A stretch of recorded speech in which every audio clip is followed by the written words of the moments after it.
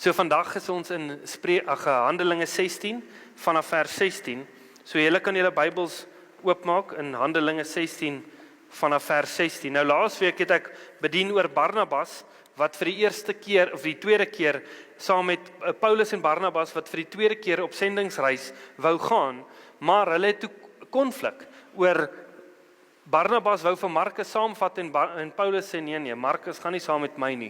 En hulle paaie skei toe, hulle sê okay, ons gaan dan verskillende paaie ingaan.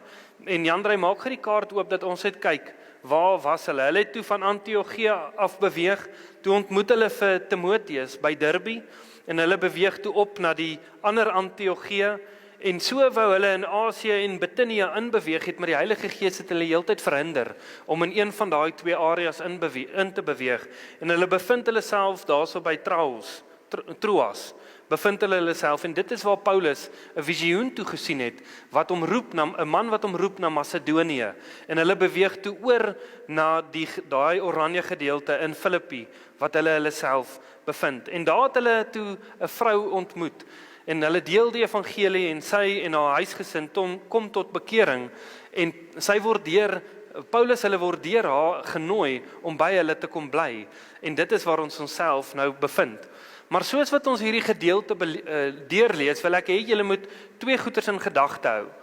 Ek wil hê julle moet oplet hoe die geestelike en die fisies by mekaar kom. Ek wil hê julle moet, soos wat ons lees, daai twee terme by mekaar hou om te sê die geestelike en die fisies en hoe dit ontmoet. Kom ons lees Handelinge 16 vanaf vers 16. En terwyl ons op pad was na die bidplek, kom 'n slavin met 'n waarsêende gees ons tee, wat vir haar eienaars deur waarsêery groot wins ingebring het.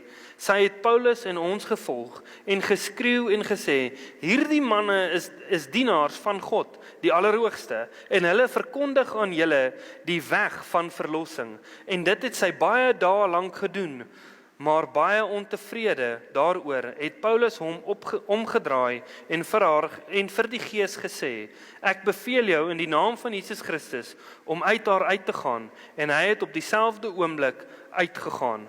En toe haar eienaar sien dat die hoop van hulle wins weg was, het hulle Paulus en Silas gegryp en hulle na die mark voor die owerheid gesleep en hulle voor die regters gebring en gesê, hierdie manne bring ons stad in opskudding, omdat hulle Jode is, en hulle verkondig sedes wat vir ons nie geoorloof is om aan te neem of na te volg nie, omdat ons Romeine is, en die skare het saam teen hulle opgestaan, en die regters het hulle klere laat afskeer, en bevel gegee om hulle met stokke te slaan, en toe hulle baie slae gegee het, het hulle hul in die gevangenis gewerp, en die tronkbewaarder bevel gegee om hulle sorgvuldig te bewaak.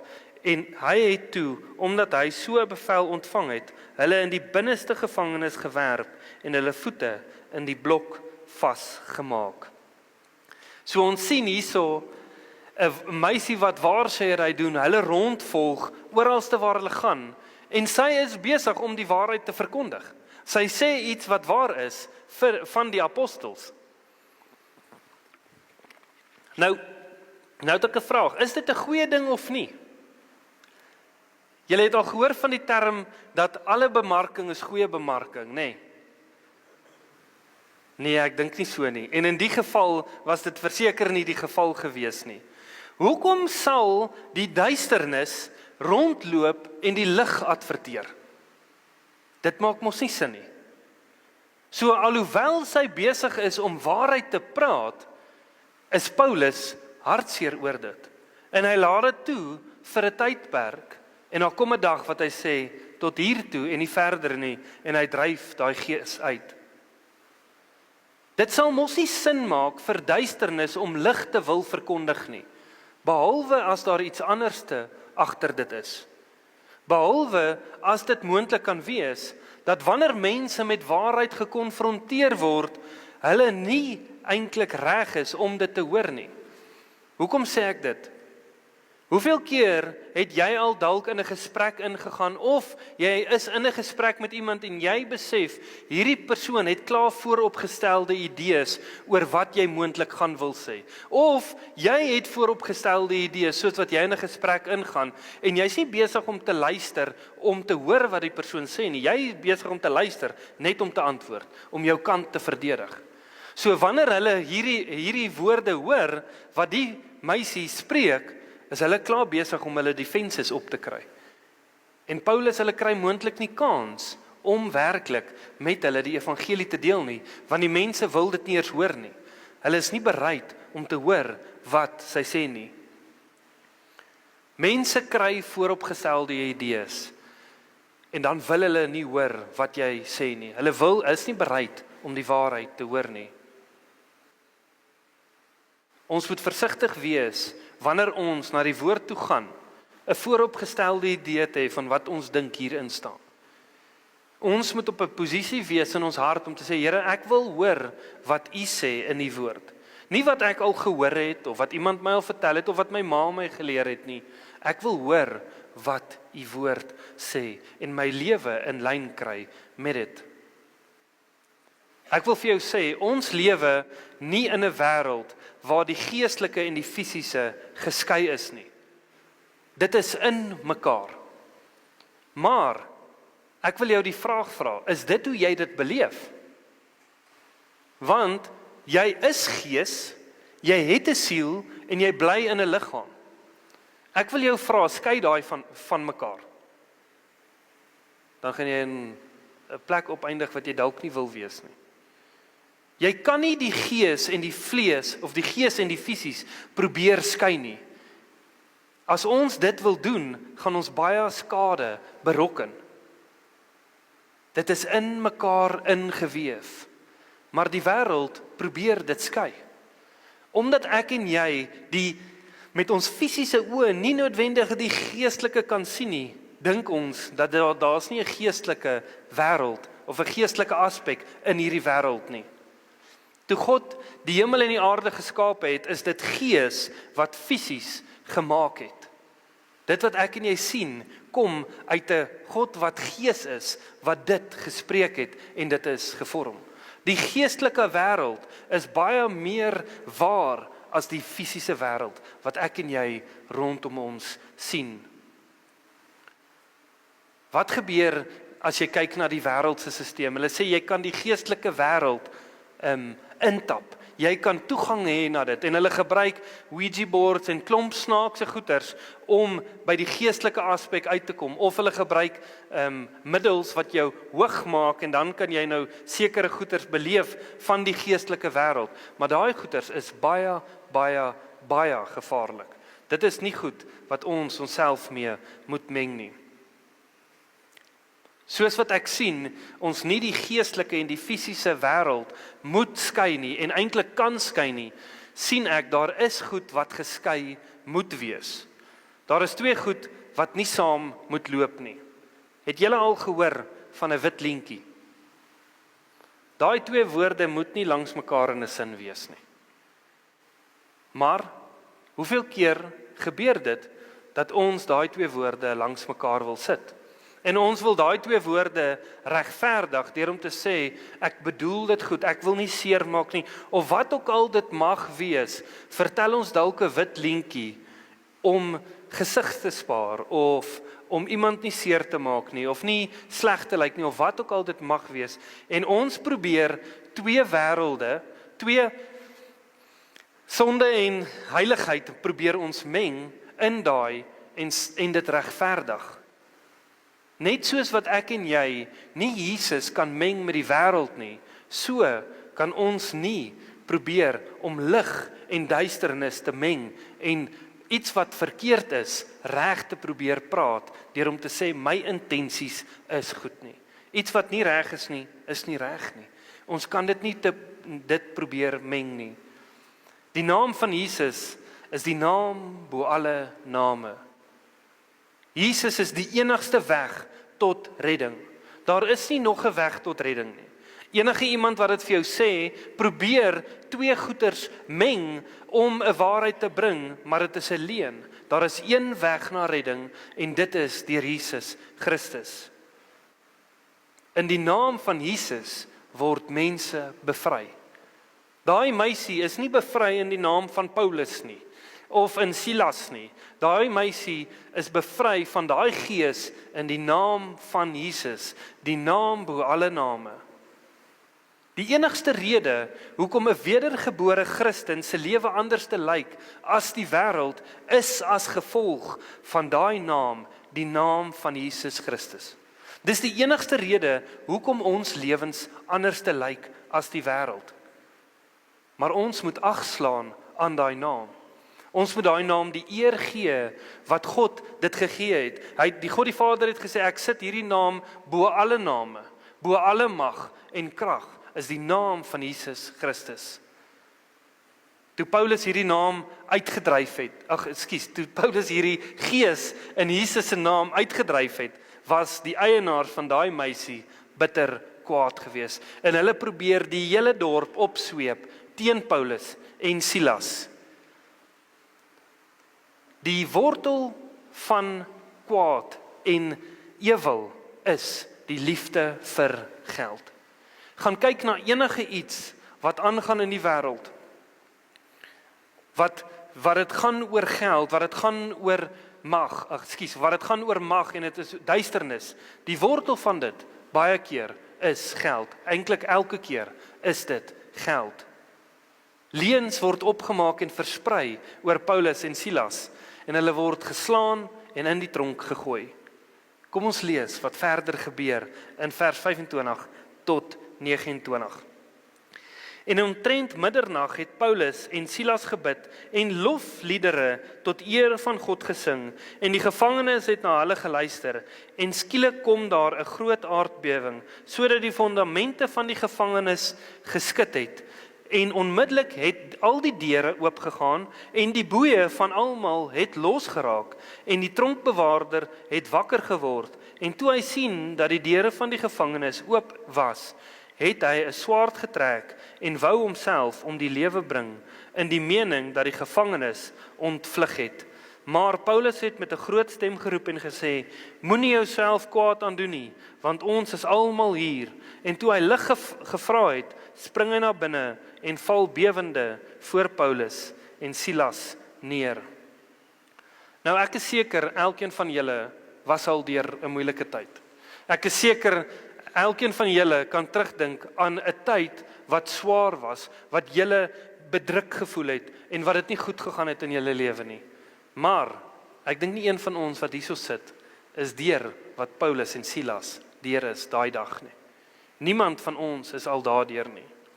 Wanneer ek deur 'n moeilike tyd gaan, is dit vir my moeilik om die Here te loof en te prys. Want wanneer dit swaar gaan met my, dan is dit die moeilikste ding om te doen, om in vreugde te probeer om die Here te loof en prys, in die storms, in die swakheid, in die seer. Maar ek sien hier is 'n sleutel opgesluit vir wanneer ons bedruk is, wanneer ons swaar voel, wanneer ons voel ons kan nie meer aangaan nie, dan is daar 'n sleutel vir ons opgesluit om te bid en die Here te loof en prys in daai moeilike tye. Dit bemoedig my wanneer ek in 'n moeilike tyd is om hierdie woorde te hoor of aan te dink. En dan sê ek, Here, nie my wil nie, maar ek gaan kies om my geloof te vestig op dit wat U in die woord sê en te doen al voel ek nie so nie. En ek kies om die Here te loof en te prys in moeilike omstandighede. Dit begin nie lekker nie. Jy wil amper nie sing nie, jy wil net sit en huil en kla. Maar so is wat jy begin om die Here te loof en te prys. En die Here dankie te sê vir alles wat hy al vir jou gedoen het. En ons begin ons perspektief skuif. Ewe skielik raak jy ligter en jy kan naderhand begin sing en die Here loof en prys sonder om te gee oor jou omstandighede wat jy jouself in bevind. As gevolg van hulle aanbidding en gebed was daar 'n aardbewing gewees. Nou wat vir my interessant is baie mense sal sê dit was toevallig. Hierdie aardbewing het maar net opgelaaien presies met hierdie gebeurtenis. En mense probeer dit fisies uitredeneer. Maar dis vir my baie interessant dat hierdie aardbewing toevallig maar net die deure oopgeskit het en die boeye van almal losgemaak het. Dis maar toevallig dat die plek nie in mekaar geval het nie en net twee goeters gebeur het. Die deure het oopgegaan en hulle boeye het losgekom. Daar's geen aardbewing wat ek van weet wat net dit doen nie.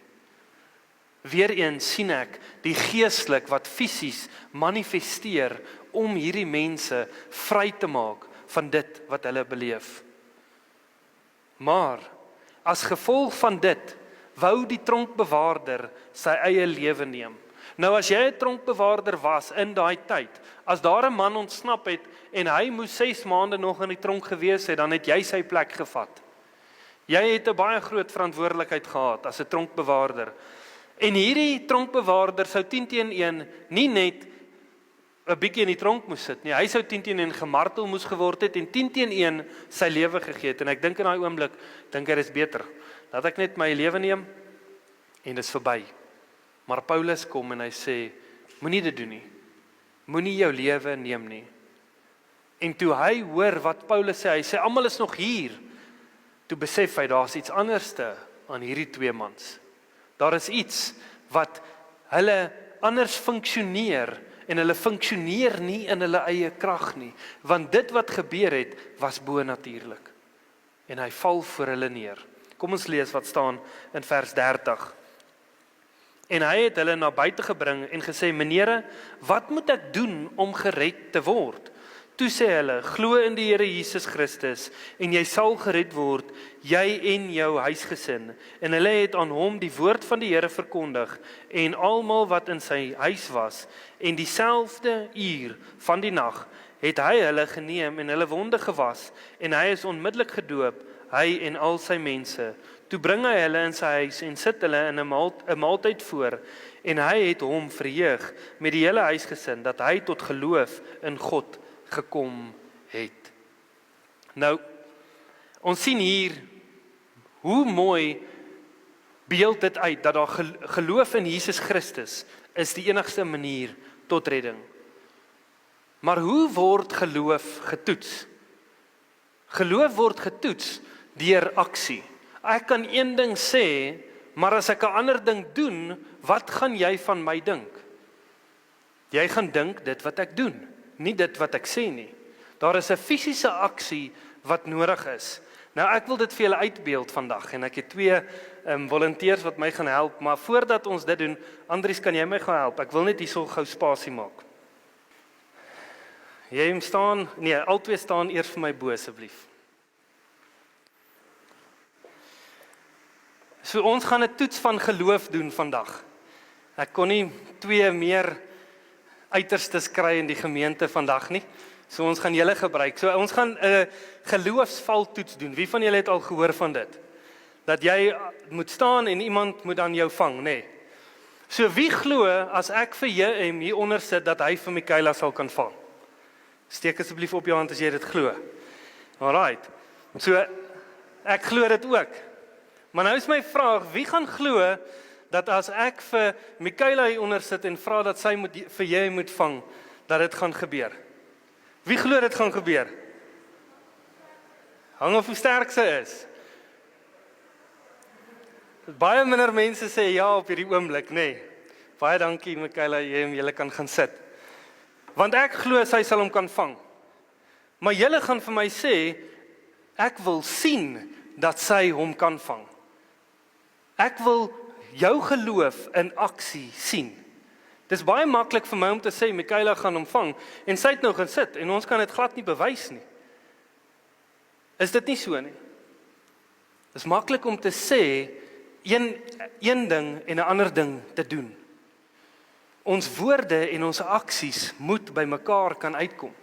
Ek kan baie goeie sê, maar as dit nie sin maak nie, dan gaan jy vir my sê, Johan, wag nou.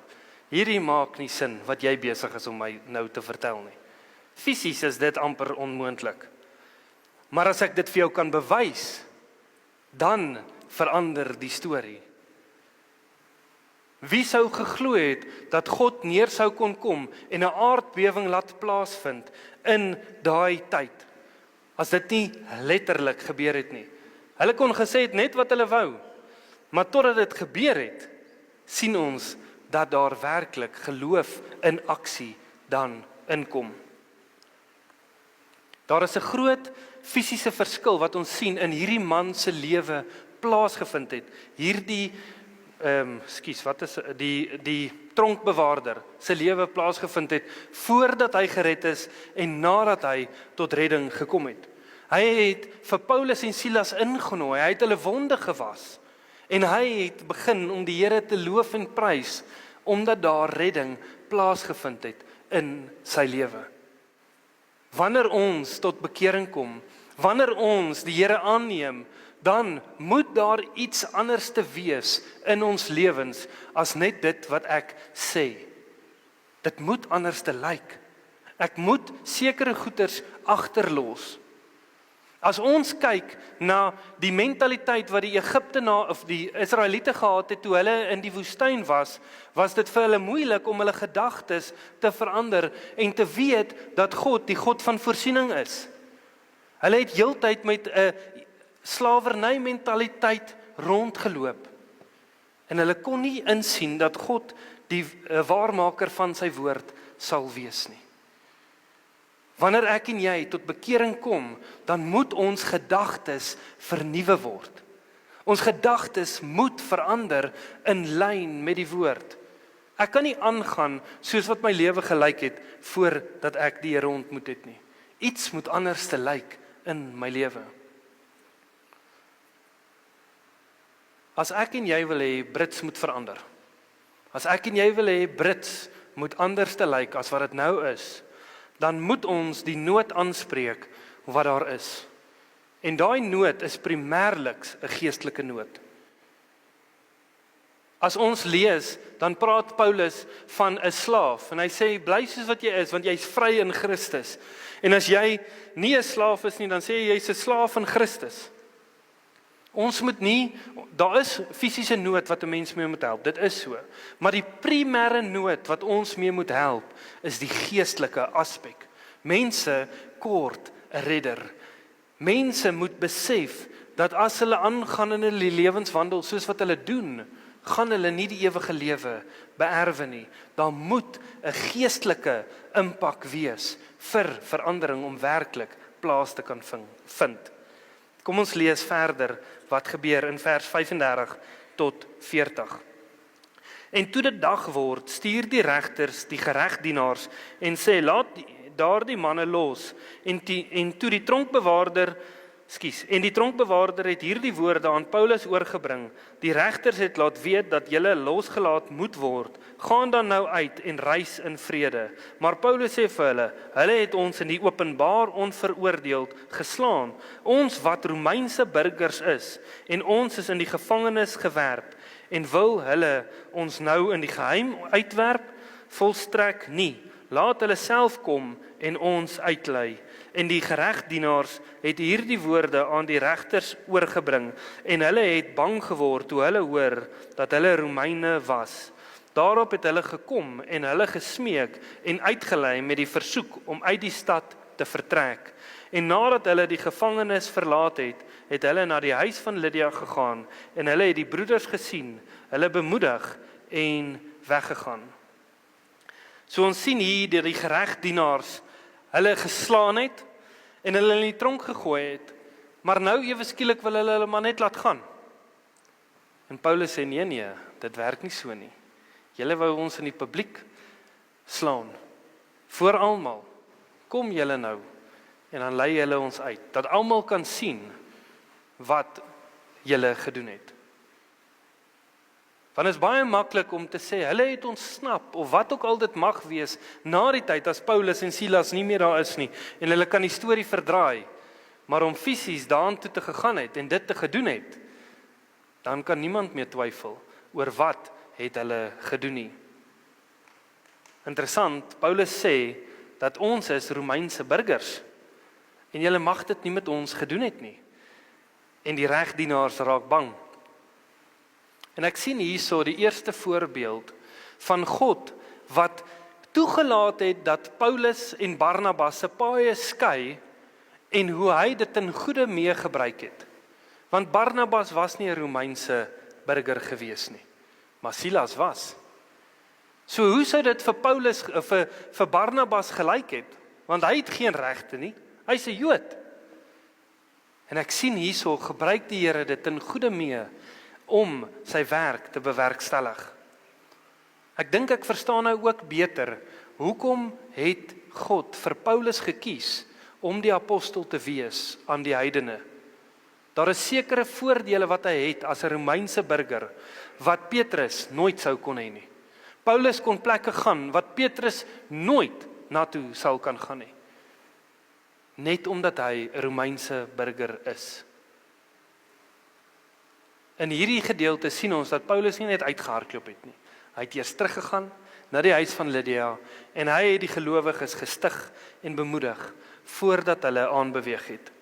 Die kerk wat geplant is in Filippi is een van die gevestigste kerke gewees in die tyd van Paulus. Dit het 'n baie sterk kerk geword. Nou ek kan nie dink hoe sal dit anders te wees as alles wat gebeur het, moes gebeur het en hulle besef, maar daar's werklik een God en hy is die God wat die hemel en die aarde geskaap het. Ek het myself 'n vraag gevra. Hoekom sien ons nie die Heilige Gees werk soos wat ons sien in die kerk en die boek van Handelinge in ons tyd nie? Hoekom werk die Heilige Gees nie so nie? En ek wil net praat in ons milieu. Ek wil nie, daar's plekke wat ek dit werklik sien. Daar's goeters wat ek hoor waar daar regtig die Heilige Gees is besig. En ek glo nie dat die Heilige Gees nie hier besig is nie. Moenie my verkeerd verstaan nie. Die Heilige Gees is besig. Ons sien wonderwerke, maar nie goeters soos wat ek noodwendig in die kerk van Handelinge sien nie. Hoekom lyk dit 'n bietjie anderste? God verander nie. God is vandag, gister en môre dieselfde. As ons wil hê die Heilige Gees moet werklik werk soos wat hy gewerk het in die kerk van Handelinge, dan moet ons al twee kante van daai spektrum wil hê. Die genesende kant, die kragkant, maar ook die heilige kant van hom. Net soos wat jy nie ewige lewe kan skei van Jesus nie, so kan jy ook nie net die een gedeelte van die Heilige Gees wil hê, die gedeelte waar hy kragtig werk nie, maar jy soek nie die heiligheid nie. Ek wil dit vir jou prakties verduidelik. Meeste van ons mans sal graag 'n liggaam wil hê soos 'n bodybuilder, nê? Wees eerlik. Hoeveel van ons wil die tyd insit?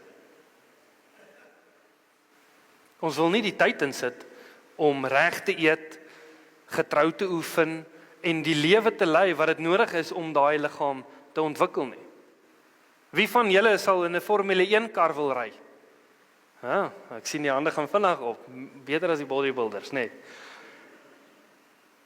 Maar ek waarborg jou, as jy in daai kar klim, jou nek is nie sterk genoeg om daai G-force te hanteer wat in daai kar is nie. Daar is baie tyd wat daai ou moes spandeer het agter die stuurwiel en oefeninge om sy nek op 'n plek te kry om daarom voor hom te kan kyk en nie agtertoe geruk word wanneer hy daai pedaal plat trap nie. Maar ons sal dit wil hê, maar ons wil nie noodwendig die tyd insit om dit te laat gebeur nie. Ek het nou vir jou 'n vraag. Wil jy hê dat die geestelik en die fisies nader aan mekaar moet beweeg in jou eie lewe? Want ek het daai begeerte. Ek het daai begeerte vir ons as gemeente.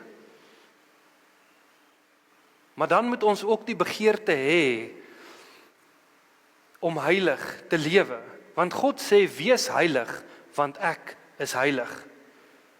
Dan moet ons die begeerte hê om soos Jesus te wil lyk. As ons die krag van die Heilige Gees wil hê, dan moet ons bereid wees om die volheid van dit te ontvang. Wat beteken, as ons kyk na die kerk van Handelinge, dat daar moontlik mense oor 'n wit lintjie dood neer kan slaan. Ek weet nie of ek bereid is vir dit nie. Ananias en Safira jok net oor hoeveel geld hulle gegee het vir die kerk. En hulle slaan dood neer in die kerk. Dit sal 'n groot uitdaging wees as dit moet gebeur. Maar ons wil die krag van die Heilige Gees hê. Is dit so of nie? Ek weet nie of die Here ons dalk beskerm teen dit nie. Totdat ons op 'n plek kom wat hy werklik so sy krag kan uitstort. Lees saam met my in Hebreërs 12 vers 1 tot 2.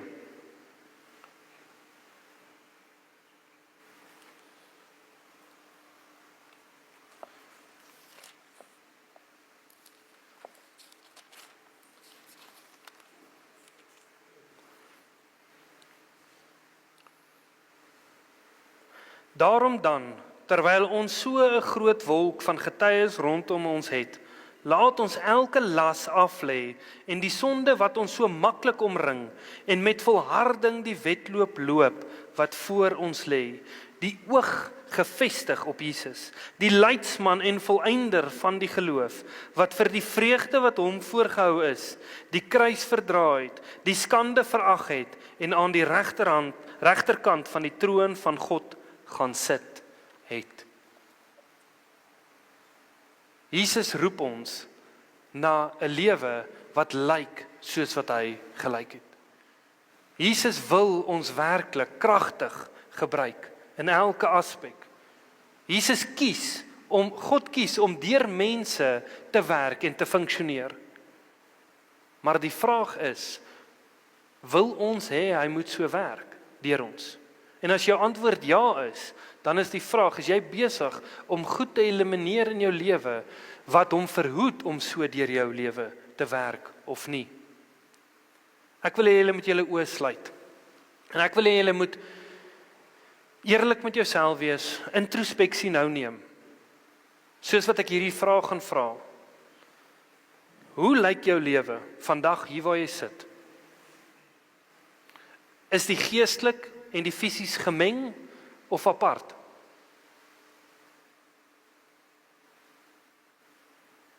Is die heilig en die sonde gemeng of geskei?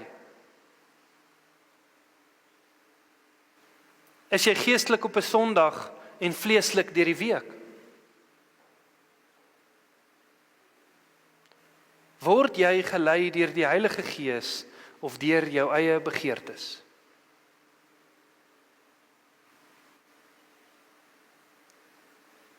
As jy eerlik met jouself moet wees vandag, het jy die begeerte dat die Heilige Gees meer deur jou funksioneer as wat hy heidaglik doen?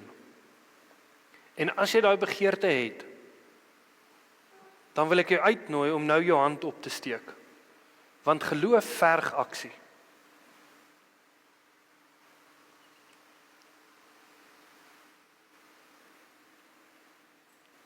Ek wil vir elke persoon wat nou hulle hand opsteek bid. En soos wat ons sit, hou net julle oë toe.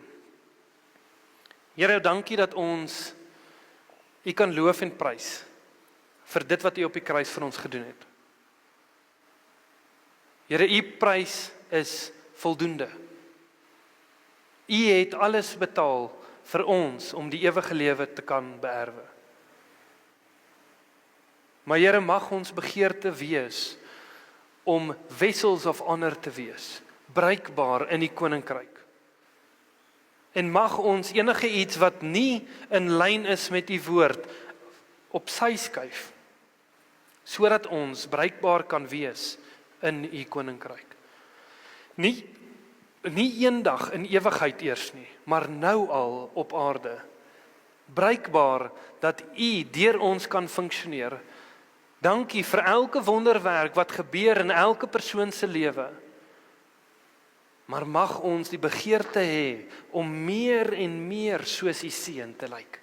Mag ons die begeerte hê om elke las, elke ding wat ons terughou om die reis te hardloop wat ons moet hardloop, mag ons nie dat dit ons terughou nie. Mag ons dit neergooi en ons fokus sit op U wat aan die regterhand van God sit. En dit is die duurste en die beste prys wat ons ooit sal kan ontvang. Ons loof en ons prys die groot en almagtige naam.